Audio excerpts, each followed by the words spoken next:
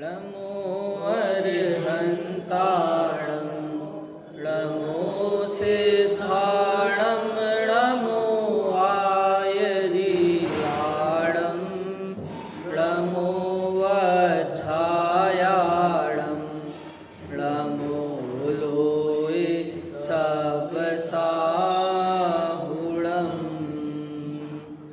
मङ्गलं भगवान् वीरो मङ्गलं गौतमो गणी मङ्गलं कुन्दकुन्दाद्यो जैनधर्मोऽस्तु मङ्गलं सर्वमङ्गलमाङ्गल्यं सर्वकल्याणकारकं प्रदानं सर्वधर्माणां जैनं जयतु शासनं जैनं जयतु शासनं जैनं जयतु शासनं।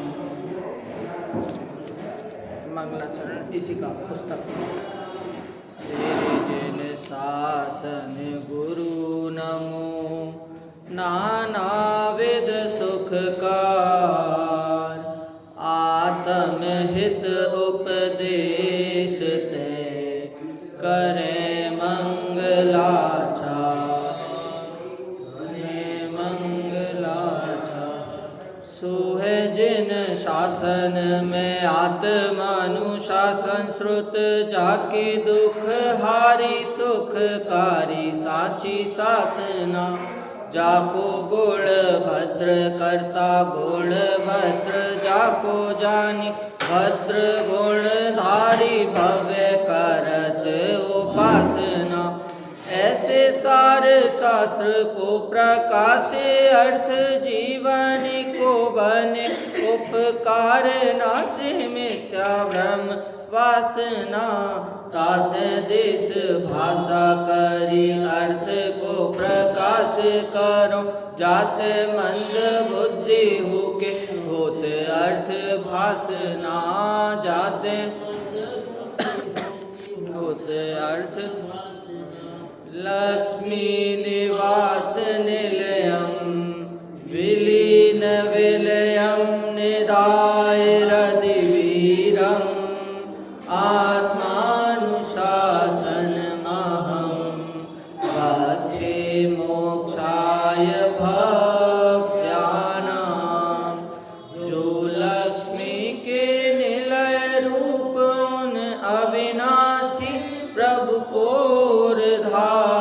ग्रंथ रचूं आत्मानुशासन भव्य जनों को है शिवकार।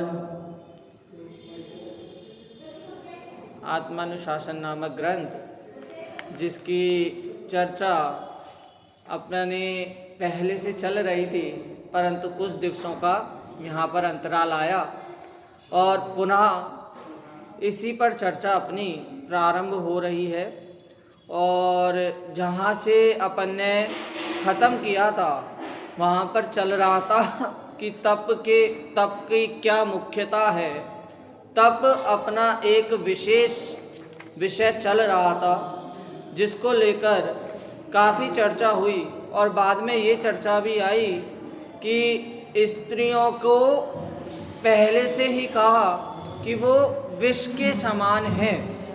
इस प्रकार काफ़ी अपेक्षाओं से बात आई, परंतु फिर ये भी कहा कि जहाँ पर संयम धारण करने की चेष्टा होती है, जहाँ पर ऐसी स्त्री होती है जहाँ पर सती बनने लायक उनकी जो होती है योग्यता, ऐसी स्त्री मिलना कठिन है। तो संपूर्ण रूप से उस बात को यहाँ पर नहीं लेना।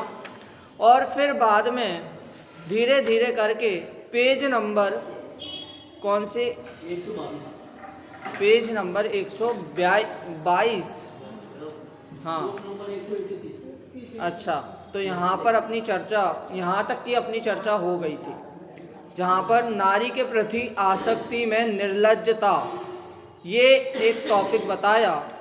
उसके पहले काफ़ी अपनी चर्चाएं हुई जिसमें एकमात्र तप ही ग्रहण करने योग्य है। और तप के अलावा और जितनी भी सारी वस्तुएं हैं, जितने भी संसार की क्रिया कर्म आदि हैं, वो सब त्यागने योग्य ही हैं। इस बात पर अधिक जोर दिया गया था। यहाँ नारी के प्रति आसक्ति में निर्लज्जता, इस प्रकार यहाँ पर टॉपिक दिया है। पृथ्वी नामक छंद है, तो सभी पहले छंद श्लोक का और छंद का पाठ करते हुए अपन इसका अर्थ और भावार्थ देखेंगे। अपत्रप तपोग्निना भय जुप्सयोरास्पदम शरीरमिदमर्ध दग्ध शववन् किं पश्यसि वृथा व्रजसि किं रतिं ननु न भीषयस्यातुरो निसर्गतरला स्त्रियस्तदीह तास्फुटं बिभ्यति तप रूपी अग्नि द्वारा जो हुआ घृणास्पद अरुभयप्रद अर्धदग्ध शव समतन तेरा क्यों न देखता रे निर्लज्ज तुझे देख कर भय से व्याकुल होकर सदा भागती दूर है स्वभाव से कायर नारी फिर क्यों राग करे भरपूर। क्या कह रहे हैं? उनको निर्लज्ज कहा है। किनको निर्लज्ज कहा है? तो इस श्लोक और छंद में बताया है। तप रूपी अग्नि द्वारा जो हुआ घृणास्पद अरुभयप्रद, कैसा हुआ है? एक अध जले मुर्दे के समान हुआ है। क्या हुआ है? शरीर हुआ है।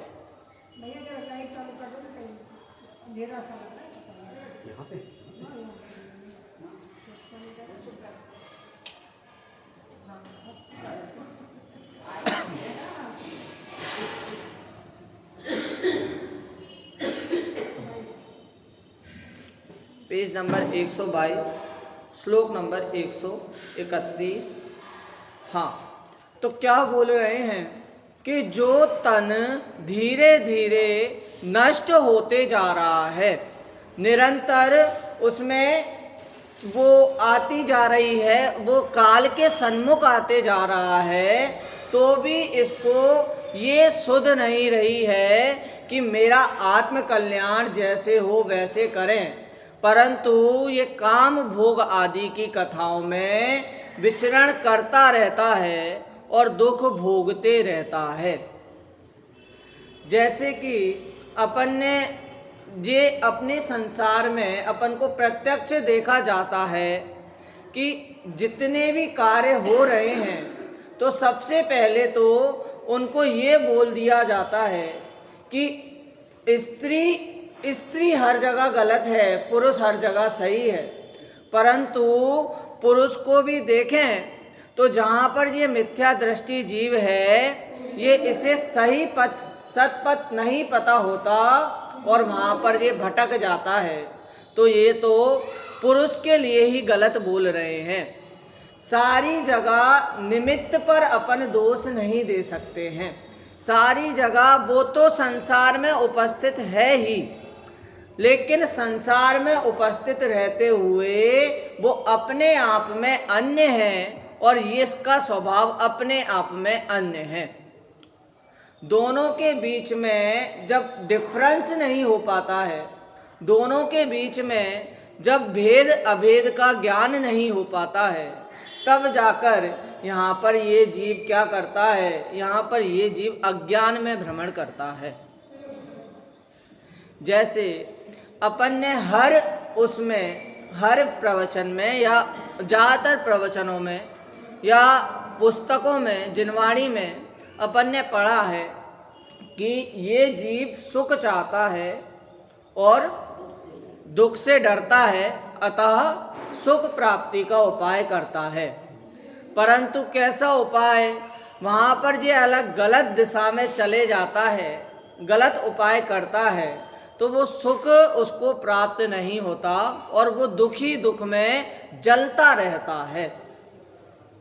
सबसे पहला ही श्लोक सब छंद में क्या कहते हैं, पहली लाइन में ही, तप रूपी अग्नि द्वारा जो हुआ घृणास्पद अरु भयप्रद। मतलब ऐसी तप की अग्नि में, कैसी तप की अग्नि में, किस तप की अग्नि में, तप को तो अपन अच्छा मान रहे हैं ना, तप को तो अच्छा मानते हैं या नहीं, तप की प्रेरणा देते हैं या नहीं, तो तप रूपी अग्नि में जो जल रहा है, अब उसको अग्नि बोल रहे हैं। कौन चाहेगा कि मैं अग्नि में जलूं, कौन चाहेगा कि मेरा शरीर दुख में हो, परंतु यहां तो क्या बोल रहे हैं, तप रूपी अग्नि द्वारा जो, हाँ, हुआ घृणास्पद अरु भयप्रद। मतलब तप की प्रेरणा दे रहे हैं या तप से दूर करना चाहते हैं, पहले तो ये निश्चित करो। प्रेरणा दे रहे हैं तो उसमें ये भी तो लिखा है आगे, हुआ घृणास्पद अरु भयप्रद, जो घृणा रूप हुआ है, जिससे भय हो रहा है ऐसे शरीर को देख के। तो अब बताओ, तप की प्रेरणा है या तप से दूर करना है?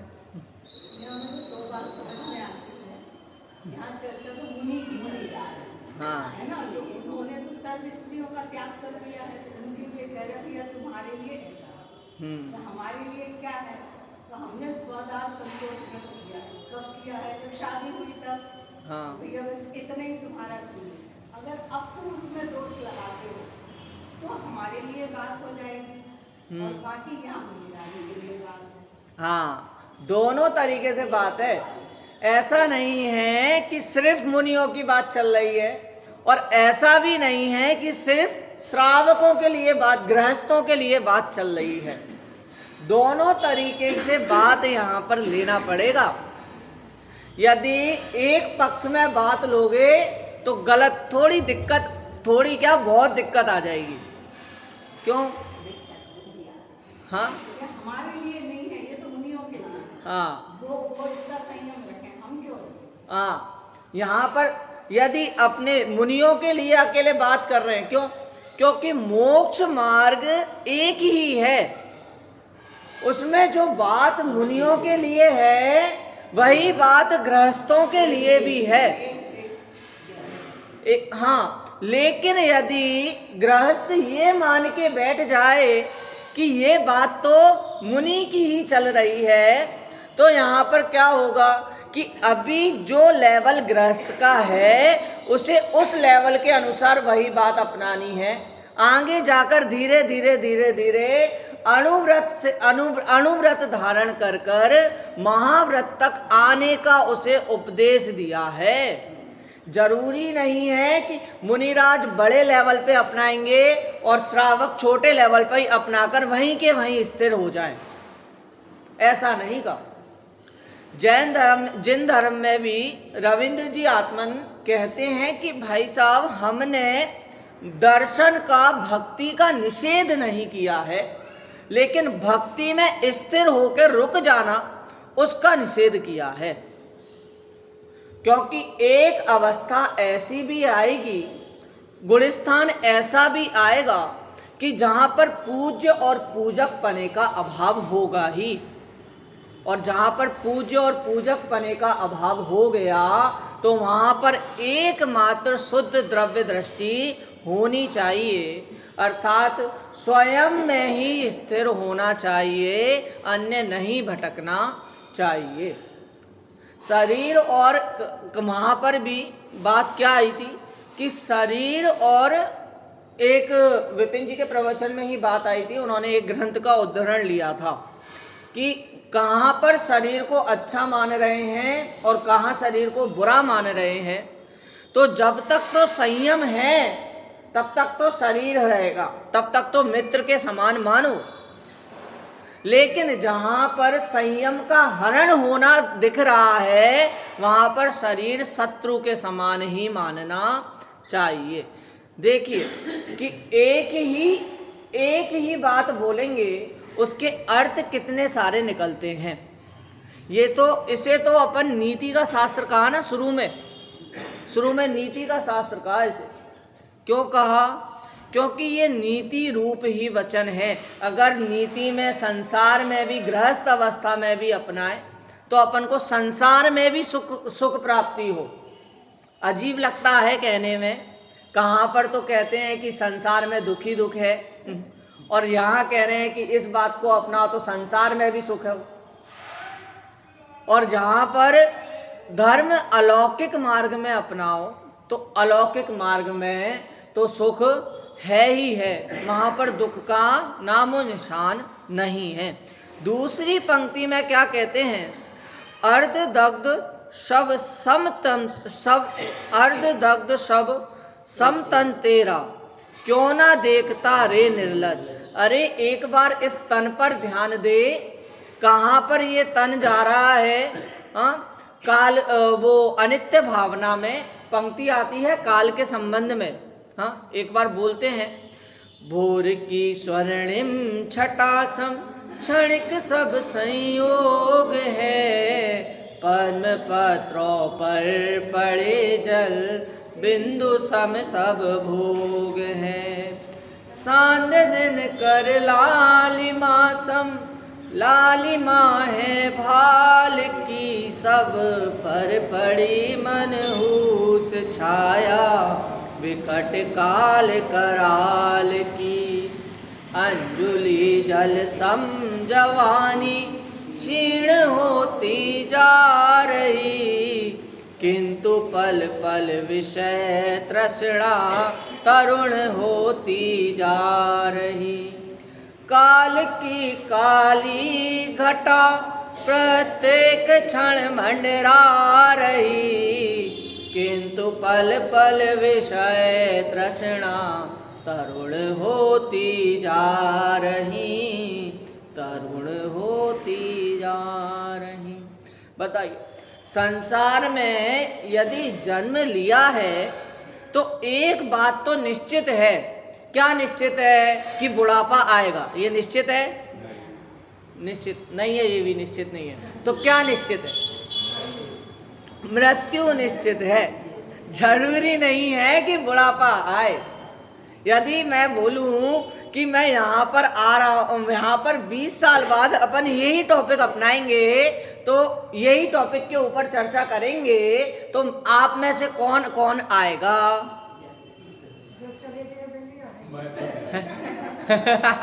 तो मतलब यहाँ पर ये भी अपन को निश्चित नहीं है कि 20 साल बाद मैं हूँ या नहीं। ये भी निश्चित नहीं है कि आज शाम को मैं प्रवचन में आऊँगा या नहीं। ये भी निश्चित नहीं है कि 1 घंटे बाद कौन सी सब्जी बनानी है घर पे। क्यों? कि तो ये भी नहीं है कि जो सांस अंदर गई वो बाहर आएगी कि नहीं, ये भी बताइए। तो वहाँ पर किसी बात की निश्चितता नहीं है। तो यहाँ पर यही उपदेश देने का एकमात्र कारण है कि जो समय है, जितना समय है उतने समय धर्म में लगा और कहीं मत लगा। एक बार तन पर ध्यान दो, जो तन धीरे धीरे जीर्ण होता जा रहा है। आपने जो देह अपन को मिली है, क्या वो देह के अंग भी हम बिना किसी सहायता के पूरे देख पा रहे हैं या नहीं देख पा रहे? आप अपनी पीठ देख सकते हो या नहीं देख सकते? आईने के बिना, किसी सहारे के बिना। बताइए, जो देह मिली है उस देह को भी हम पूर्ण रूप से नहीं देख पा रहे हैं, और जबकि उस देह के श्रृंगार में ही हमारा बहुत समय जा रहा है। श्रृंगार एक काव्य जो लिखा है रविंद्र जी आत्मन ने, उसमें सारी चीजें जो जो श्रृंगार में लगती हैं उसमें तो लिखे, संसार रूपी श्रृंगार में रमोगे तो पाप में रमोगे, लेकिन यदि मुक्ति रूपी श्रृंगार को अपनाओगे तो निश्चित ही कल्याण होगा।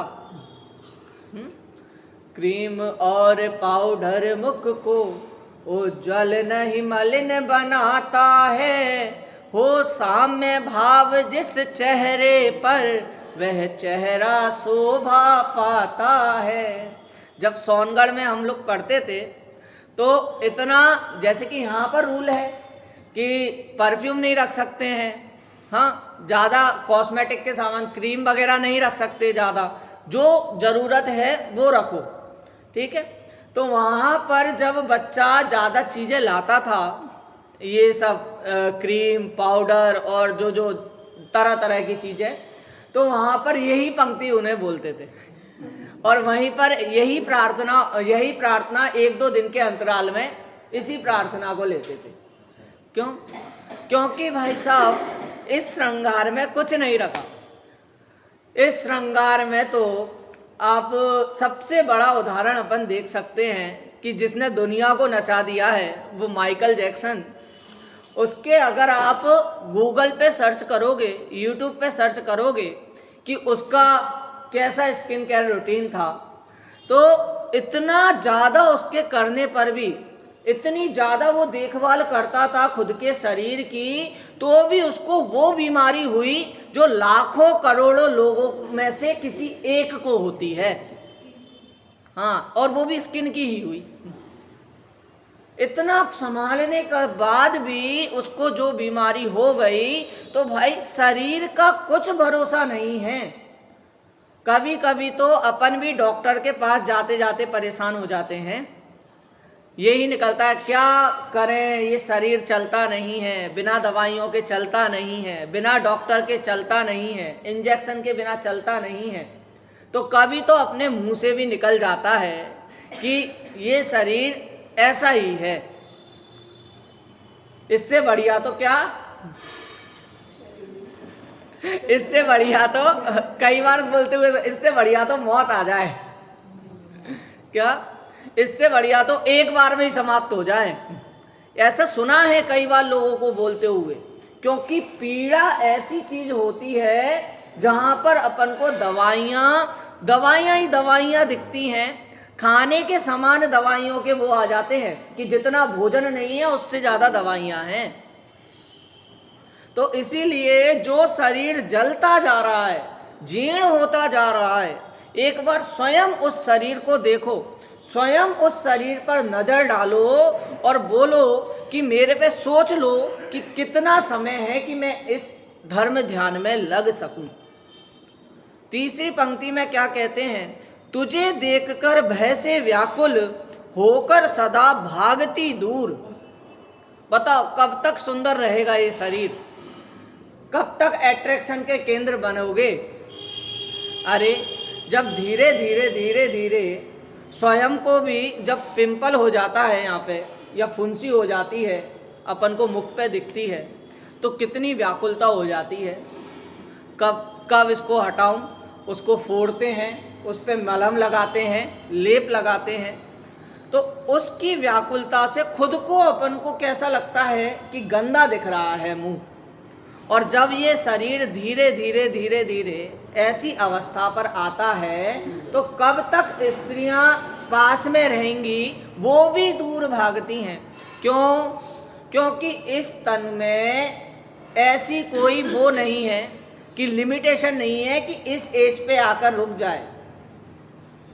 हार्ट अटैक किस एज पे आता है? हाँ अच्छा, 10 साल के लड़कों को आ सकता है क्या? आ सकता। आजकल तो कुछ भरोसा नहीं है। पहले जरूर अपन पहले के टाइम में जब भोजन थोड़ा सही था, थोड़े मजबूत थे, तब तो अपन बोल सकते थे कि भाई हार्ट अटैक थोड़े 30 क्रॉस करने पर, 40 क्रॉस करने पर इतना आए तो नॉर्मल लगता था। लेकिन अब तो बच्चों को भी आने लगा, तब जाकर थोड़ा भय हुआ, तब जाकर आज वो मैं किसी के बगल में खा रहा था, कल भोजन कर रहा था, तो उन्होंने बोला कि लड्डू नहीं चाहिए, इसमें शुगर है, शक्कर है। अब फिर इसके बाद खीर आई, उन्होंने बोला नहीं खीर भी नहीं चाहिए, इसमें शुगर है। मतलब अब देखो व्यक्ति भोजन भी ऐसा सोच समझकर करता है कि कहीं इसमें मेरी ज़्यादा कैलोरीज ना बढ़ जाए, ज़्यादा मेरे को मोटा ना हो जाऊं, ज़्यादा फैट ना आ जाए। और कुछ व्यक्ति ऐसे हैं जो जितना भी खा लें वो बढ़ ही नहीं रहे हैं। तो बताइए एक व्यक्ति तो खाने में इतना वो कर रहा है, परहेज कर रहा है, और दूसरा व्यक्ति कुछ भी खा रहा है, वो पतला का पतला, और जो इतना परहेज कर रहा है वो मोटा हुए जा रहा है। तो यहाँ पर कुछ भी ऐसी चीज नहीं है। एक ऐसे ही सेलिब्रिटी की एक वो आई, न्यूज़ आई, उसमें कहा कि उसने कितना सब एक्सरसाइज किया तो भी वो मोटी की मोटी ही रही, पर उसने कुछ एक स्पेसिफिक फूड कुछ खाना छोड़ दिया तब वो पतली होने लगी। मतलब कुछ भी भरोसा नहीं है। एक्सरसाइज से, जिम जाने से एकदम फिट रहोगे या नहीं रहोगे उसका भी भरोसा नहीं है। कोई तो एकदम ही पतला का पतला रहता है, उसे ये सुनने मिलता है कि तुम जिम क्यों जा रहे हो, क्या फ़ायदा है इतने पैसे फूकने का। तो शरीर की अवस्था जैसी है वो नाम कर्म के अनुसार वैसी की वैसी ही रहेगी। जैसे कि विधान में भी बात आई थी, भाई साहब ने ही कही थी कि जितना भी जिम चले जाओ, जितनी भी एक्सरसाइज कर लो, जो आपका संस्थान है, सेनन है, वो कीलक ही रहेगा। वो वज्र वृषभ नाराज सेनन, वृषभ नाराज सेनन, नाराज सेनन इनके मुताबिक नहीं आ पाएगा, क्योंकि पंचम काल और नाम कर्म की व्यवस्था ऐसी ही है, इसको चेंज नहीं किया जा सकता। है स्वभाव से कायर नारी, फिर क्यों राग करे भरपूर। कैसी है कायर? एक शब्द यूज होता है अबला, अबला नारी के ऐसा बोलते हैं ना, तो वहां पर अबला रूढ़ी में वो कायर के उसमें ही आ जाता है कि हम कमजोर हैं। कमजोर हैं मतलब मुसीबत के समय वो पुरुष ही आगे रहता है। एक बार पुरुष को बोला है ना, पुरुषार्थ सिद्धि उपाय में पुरुष शब्द आया। हाँ, पुरुष वहां पर किसको उपदेश दे रहे हैं? मात्र पुरुषों के लिए है, मतलब नारियां नहीं पढ़ना। पुरुष वहां पर आत्मा से संबंधित लिया। हाँ, पुरुषार्थ नाम ही उसका है पुरुष। क्यों? क्योंकि यहाँ पर भी जब नारियों को एक नाथ चाहिए रहता है तो वो पुरुष ही रहता है। यदि शादी के बिना तो पिता या भाई, और शादी की विवाह के पश्चात उनके जो पुरुष हैं वो नाथ के स्वरूप में रहते हैं। तो ऐसे पुरुष के लिए क्या बोला कि जब तक नारी मतलब स्वभाव से ही कायरता है तो उनको कोई ना कोई नाथ, कोई ना कोई चाहिए, पुरुष में ही चाहिए, और वो पुरुष ही होता है, ऐसा बोलते हैं।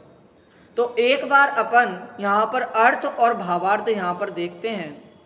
हे निर्लज्ज, तेरा यह शरीर तप रूपी अग्नि से अध जले मुर्दे के समान भय और घृणा उत्पन्न करने वाला हो रहा है। क्या तू उसे नहीं देखता? व्यर्थ ही उसमें क्यों आसक्त हो रहा है? हे भ्रष्ट, ये हे भ्रष्ट बोला ना, ये इनके अगर अपेक्षा देखे अपन गाली दे रहे हैं। हे भ्रष्ट, हे दुष्ट, हैं, क्यों नहीं देखता है? ऐसे उलाहना, ऐसे उपेक्षा कर रहे हैं। क्या उपेक्षा कर रहे हैं? हे भ्रष्ट, तू तृष्णा के वशीभूत होकर स्त्रियों से नहीं डरता, उनका संग करना चाहता है, परंतु वे स्त्रियां सहज ही चंचल और कायर होने से तुझसे प्रगट में डरती हैं। तेरी भयानक मूर्ति देखकर दूर भागती हैं। भयानक भय से, जो भय दिख रहा है स्त्रियों को, क्यों दिख रहा है कि भाई एक तो तप अपन उसमें ले सकते हैं कि ये पुरुषों के ऊपर ही रहता है ना कि भाई साहब हमें कमाना है, कमाना है, कमाना है। एक तो यहाँ पर यही बोल सकते हैं कि भाई साहब रोटी के लिए कमाता है और खुद ही रोटी नहीं खा पाता है। मतलब इतना उसको संसार में भी तप करना पड़ता है, संसार में भी इतना रगड़ना पड़ता है कि भाई मैं कहाँ पर जाऊँ, कहाँ से पैसे बनाऊँ, कहाँ से मेरा ये घर चले, कहाँ से मैं पीढ़ियों को खिला सकूँ। ये होता है ना कि भाई इतना कमाना है कि मेरे आगे वाली 2-3 पीढ़ियाँ बैठ कर खाए, लेकिन इतना कमाने के चक्कर में वो खुद ही सही से नहीं खा पाता है। तो ऐसे तप करने पर उसका शरीर जो हुआ है, उसकी जो हालत हुई है, उसके चेहरे पे जल्दी से जो झुर्रियां आई हैं, तो वो देखकर तो स्वयं स्त्रियां डरती हैं और तू भ्रष्ट उनका संग करना चाहता है। तो यहाँ पर तो उलाहना कर रहे हैं, उपेक्षा कर रहे हैं, काय में समय लगाना। एक बार अपन भावार्थ देखते हैं जो पंडित टोडरमल जी द्वारा इसका किया गया है। देखें भावार्थ, दीक्षा लेकर भी काम विकार से स्त्रियों में आसक्त होने वाले को यहाँ शिक्षा दी जा रही है कि तेरा शरीर तप से अध जले मुर्दे के समान भयानक और घृणास्पद हो गया है और तू स्त्रियों का संग चाहता है।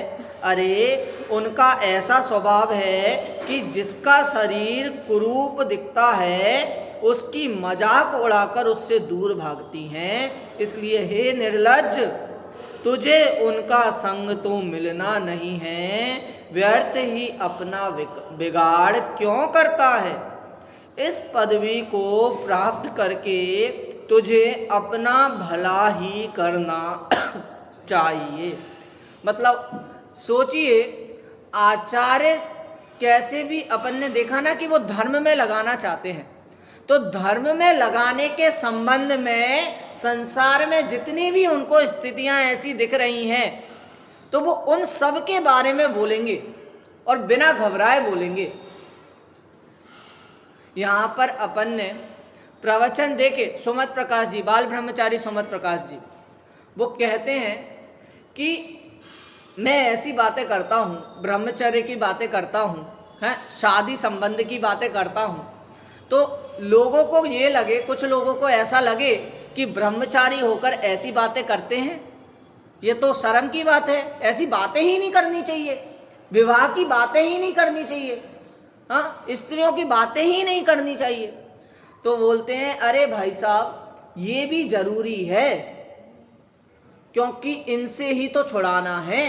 हाँ, बिन जाने ते दोष गुणन को कैसे तजिए गई। तो जो जो दोष हैं उनके संबंध में खुले में कहीं भी हो, हमें डर नहीं है, हम तो बोलेंगे। क्यों बोलेंगे? क्योंकि धर्म आराधना, धर्म में लगाना है। ये बातें आचार्य देव अपन को क्यों बता रहे हैं? हाँ, वो तो आचार्य है, तो यहाँ पर उन्होंने पहले भी अपनी कमजोरी का बखान किया है कि भाई मैं कमजोर हूँ। क्यों कमजोर हूँ?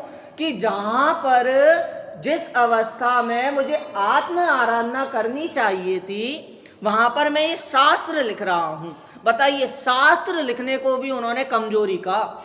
समय सार में भी आता है कि मैं कमजोर हूँ, उसमें तीसरे कलश में आता है, हाँ, पर परिणितु हेतु मोह नामनो अनुभवा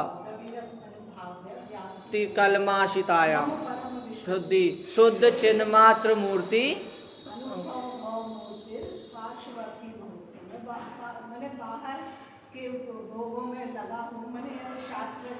मतलब एकमात्र, वही लास्ट की पंक्ति में आया कि एकमात्र आत्मानुशासन है, मतलब आत्मानुशासन नहीं, वो आत्मख्याति है जिससे मेरा कल्याण होगा। कलमश मतलब मैं अभी भी कलुषता से व्याप्त हूँ। इतना सब लिखते हुए आचार्य देव ये कह देते हैं। हाँ, भक्तामर स्तोत्र में लिखा कि मैं अल्प बुद्धि वाला हूँ, आगे लिखा लोग मेरा हास्य करेंगे। तो अकेले हास्य उस पे नहीं बोला कि मैं गलत लिख दूंगा, कम लिख दूंगा तो हास्य करेंगे। हास्य का मतलब वहां पर भी ये लेना कि जहां पर 7वें गुण स्थान में मुझे आत्म ध्यान करना चाहिए था, अपने आत्मा में रमण करना चाहिए था, वहां पर मैं भक्तामर स्तोत्र लिख रहा हूं, वहां पर मैं समय सार लिख रहा हूं, वहां पर मैं आत्मानुशासन लिख रहा हूं। परंतु क्या करें, जब अपन को छाया में ही, धूप और छाया का जो विकल्प है उसमें से अपन को जब छाया ही चूज करना है, छाया में ही रहना है, हमारा विवेक है कि हम छाया में रुकें और सद्गति को जाएं। सद्गति हालांकि उसकी अपेक्षा कि छाया में रहकर ही सही गति में जाए, मतलब मनुष्य गति या देव गति में जाकर अपने धर्म ध्यान आत्म आराधना की ओर अग्रसर हों, तो वही अच्छा है। तो जब छठवें गुण स्थान में आकर वो शास्त्र आदि में लगते हैं, स्तुति आदि में लगते हैं, तो वो ही उनके लिए अभी छठवें गुण स्थान में सही है। पाप की अपेक्षा पुण्य ही सही है। तो इसीलिए करुणा करके उन्होंने भव्यों पर उपदेश दिया है। और एक ऐसा उपदेश दिया है, बिना किसी पक्षपात के उपदेश दिया है, अर्थात जो संसार में स्थिति है उसका सही में बखान किया है, जैसा स्वरूप है वैसा बताया है। आगे देखेंगे कि यदि नारी के प्रति आसक्ति में निर्लज्जता नहीं आ रही है, क्यों नहीं आ रही है, क्या कारण है उसका, तो उसका कारण है काम सेवन। और उस काम सेवन को क्या बोला है, इसके लिए खेद व्यक्त किया है। कैसा खेद है, तो अपन अगले श्लोक में इसको देखते हैं। श्लोक 132, जिसका छंद है वसंत तिलका। वसंत तिलका छंद है। ये वसंत तिलका छंद जो अपन पढ़ते हैं, क्या भक्तामर स्तोत्र, हाँ समय सा, ये वसंत तिलका, हाँ चलो, तो इसी लय में अपन को पढ़ना है। उत्तुंग संगत कुचाचल दुर्ग दूर, मारात बलित्रय सरित विषमावतारम, रोमा बलि कुसृति मार्ग मनंग मूढ़ा, कांता कटी विवर में त्यना केत्र खिन्ना, उन्नत हो निकटवर्ती कुछ रूप अचल से जो दुर्गम, उदत स्थित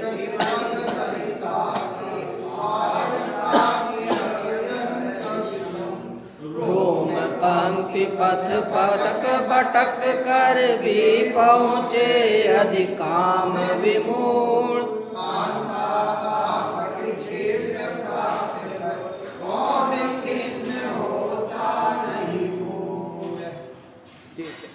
क्या उन्नत हो निकटवर्ती कुछ रूप अचल से जो दुर्गम, उधर स्थित त्रिवली सरिता से पार प्राप्ति अत्यंत विषम।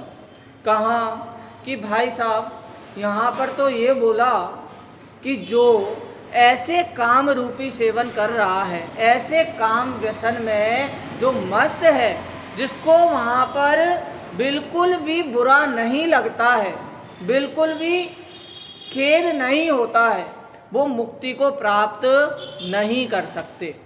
क्यों प्राप्त नहीं कर सकते? क्योंकि जिसको जहाँ पर संसार में दुख पता ही नहीं है, जिसको लग ही नहीं रहा है कि संसार में दुख है, तो वो दुख दूर करने का उपाय क्यों करेगा? जैसे कि अपन चार गति के बारे में पढ़ते हैं, चार गति के बारे में अपन ने सुना है, जाना है, समझा है, तो अपन को पता है कि देव गति में भी दुख है। परंतु जब भी अपन देखते हैं कि देव गति की चर्चा जहाँ पर हो, तो साधारण मनुष्य, यहाँ तो सब स्वाध्यायी हैं, परंतु साधारण मनुष्यों में यही बात होती है कि देव गति सबसे अच्छी गति है, वहाँ सुख ही सुख है। तो इसीलिए जब भी कहीं पर अपन शोक सभा आदि में जाएं, तो वहाँ पर यही लिखा रहता है स्वर्गवास हो गया, हाँ स्वर्ग स्वर्ग स्वर्ग चले गए। क्यों? आदमी भले वो धूम्रपान करता है, व्यसन करता है, जुआ खेलता है, शराब पीता है, तो भी उसके अंत समय में क्या लिखा जाएगा? स्वर्गवास हो गया। क्यों? ऐसा क्यों नहीं लिखते नरकवास हो गया? वो तो रूढ़ी में वो शब्द हो गया, स्वर्गवास हो गया। क्यों? क्योंकि संसार में स्वर्ग को ही बहुत अच्छा माना है, स्वर्ग को ही सुख जहाँ पर है वो स्वर्ग है, ऐसा माना है। उनको स्वर्ग के दुख नहीं पता। अब जिसको स्वर्ग के दुख ही नहीं पता तो वो स्वर्ग को छोड़ना ही क्यों चाहेगा? जिसको संसार में ही दुख नहीं पता, मनुष्य गति में दुख है ये ही नहीं पता, तो वो मनुष्य गति आदि को छोड़ना ही क्यों चाहेगा? पंचम गति को धारण करना ही क्यों चाहेगा? जो पर्याय मिलेगी उसी में खुश रहता है, मस्त रहता है। इसमें कहा कि जिसको नारी के उदर के पास ही जिसको अच्छा लग रहा है, जो उसको छोड़ना नहीं चाहता है, तो उसके लिए तो यहाँ पर हम ज़्यादा क्या ही कहें कि वो मुक्ति की ओर बढ़ेगा ही नहीं। ऐसा दुष्ट पुरुष हो गया है, ऐसा ढीठ हो गया है। ये मैं नहीं कह रहा, दुष्ट और ढीठ तो मोक्ष मार्ग प्रकाशक में भी कहा कि ये दुष्ट है, ढीठ है। हाँ, संसार वैसे निडरता, सुबट है। तो ये शब्द हमारे नहीं है, ये शब्द आचार्यों के हैं। पहले यही चलती थी, पहले इसी तरह के शब्द थे, पहले यही गालियां थी, आज की तरह नहीं थी। तो ये गालियां ऐसी गाली हैं, ऐसे उपेक्षा कर रहे हैं उस जीव की जो नारी के बीच में ही खुद को मानता है। आगे, रोम पंक्ति पथ भटक भटक कर भी पहुंचे यदि काम विमूढ़। क्या लिखा है रोम पंक्ति के बारे में? ऐसे भटकते हुए क्या कर रहा है? पहुंचे यदि काम विमूढ़। उसको विमूढ़ का किसे कहा? हाँ, किसे? सभी। हमारी बात है, अज्ञानी कोई और दूसरा अज्ञानी नहीं है, कोई अन्य की बात नहीं चल रही है। मोक्ष मार्ग प्रकाशक में आया ना कि ऐसे शास्त्र वाचन करते हैं जैसे किसी अन्य की बात चल रही है। ये किसकी बात चल रही है? ये मेरी बात चल रही है। मैं यहाँ पर भी ये नहीं कहूँगा कि ये आप सबकी बात चल रही है, ये मेरी बात चल रही है। कहते हैं ना कि ये शास्त्र ऐसे हैं कि अपने स्वयं के लिए हैं। यदि कोई जीव बोल रहा है, वक्ता भी है, तो वो एक मुख से पढ़ रहा है और दो कानों से सुन भी रहा है। तो ये जो बात है वो मेरी है, अन्य किसी और की नहीं है। एक बार अपन अर्थ यहाँ पर देखते हैं, अर्थ यहाँ पर करते हैं। बहुत ही साधारण भाषा में अर्थ कहा है, तो ज़्यादा स्पष्ट करने की भी आवश्यकता यहाँ पर नहीं पड़ेगी। अर्थ, ऐसे कौन मूढ़ हैं जो काम विकार से स्त्री के योनि स्थान के समागम से खेद खिन्न नहीं होते, अपितु सभी जीव तत्काल व भविष्य में भी महाखेद को प्राप्त करते हैं। वह स्थान अत्यंत ऊंचे और परस्पर मिले हुए कुचों रूपी पर्वतों के गढ़ से दुर्लभ है। अत्यंत विशाल त्रिवली रूप नदियों के कारण उससे पार होना अति विषम है तथा रोम पंक्तियों के कारण वहाँ पहुँचने का मार्ग अत्यंत खोटा अर्थात कष्टप्रद है। भावार्थ, जिस प्रकार जिस स्थान तक पहुँचने के मार्ग में परस्पर मिले हुए ऊंचे ऊंचे पर्वत हों जिससे पार होना कठिन है, ऐसी नदी हो और सघन वृक्षों के कारण जो अत्यंत दुर्गम हो, उस स्थान तक पहुँचने में महाकष्ट होता है। उसी प्रकार योनि स्थान में रमण करने के बाद पूर्व ऊंचे ऊंचे कुछ अर्थात स्तन हैं, अत्यंत खेदजनक त्रिवली है और बालों के कारण उसकी प्राप्ति कठिन है, अतः उस स्थान की प्राप्ति में खेद होता ही है। फिर भी वह मूढ़ जीव प्रत्यक्ष खेद को सुख मानता है। जिस प्रकार कोई दुखी व्यक्ति अपना सिर फोड़ने में सुख मानता है, उसी प्रकार काम से पीड़ित व्यक्ति दुख में भी सुख की कल्पना करता है। इसलिए काम विकार मिटाना योग्य है। इस प्रकार वहां पर खेद व्यक्त किया कि जैसे दुख हो रहा है जीव को, हम ज्यादातर ये हॉस्टल में देखते हैं।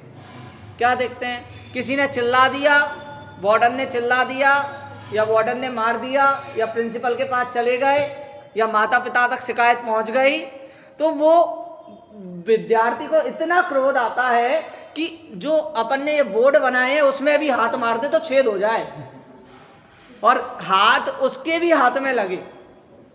लेकिन क्या कहें, उस समय उसको उसी में सुख लग रहा है, तो अपन उसमें क्या कर सकते हैं? हाँ,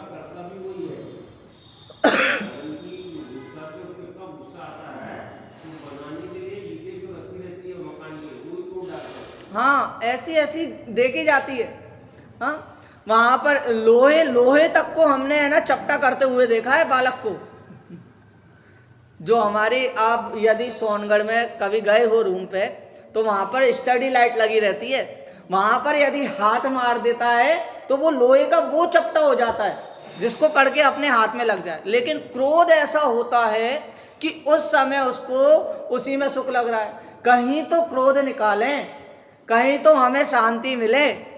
तो बताइए, खुद को कष्ट देना भी उसको सुख कर लगता है।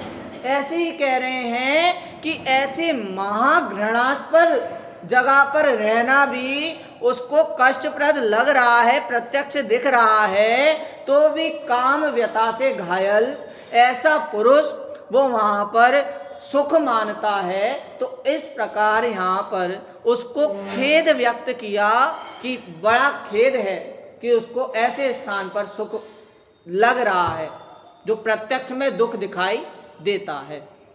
आगे 133 नंबर का श्लोक, विभत्स रूप, स्त्री की योनि का विभत्स रूप क्या है? वसंत तिल का छंद है। यहाँ पर सभी पढ़ेंगे। वचोग्रह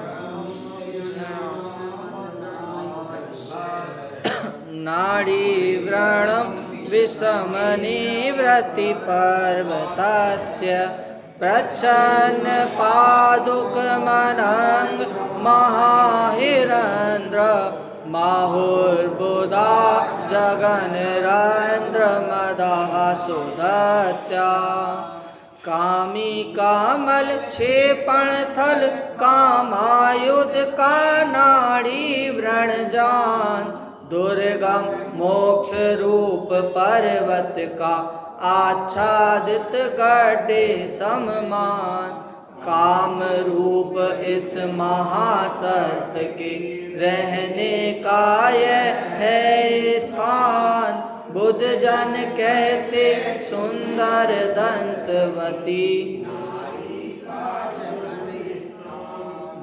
देखिए, इसका भी अर्थ और भावार्थ अपन पढ़ते हुए चलते हैं, क्योंकि आगे के कुछ श्लोक बहुत ही सरल ही शब्दों में कहे गए हैं। अर्थ और भावार्थ अपन देखते हैं। ज्ञानी जनों ने सुंदर दांतों वाली स्त्री के जगन रंध्र अर्थात योनि रूप छिद्र को विषयी पुरुषों का विष्टाघर, काम रूपी शस्त्र का घाव, विषम मोक्ष रूपी पर्वत को आच्छादित करने वाला गड्ढा और काम रूपी महासर्प का बिल अर्थात रहने का स्थान कहा है। किनके लिए? कामी पुरुषों के लिए ये कहा कि ऐसे स्थान, कैसे स्थान? जगन रंध्र अर्थात योनि रूप छिद्र को क्या कहा? सर्प का बिल कहा है।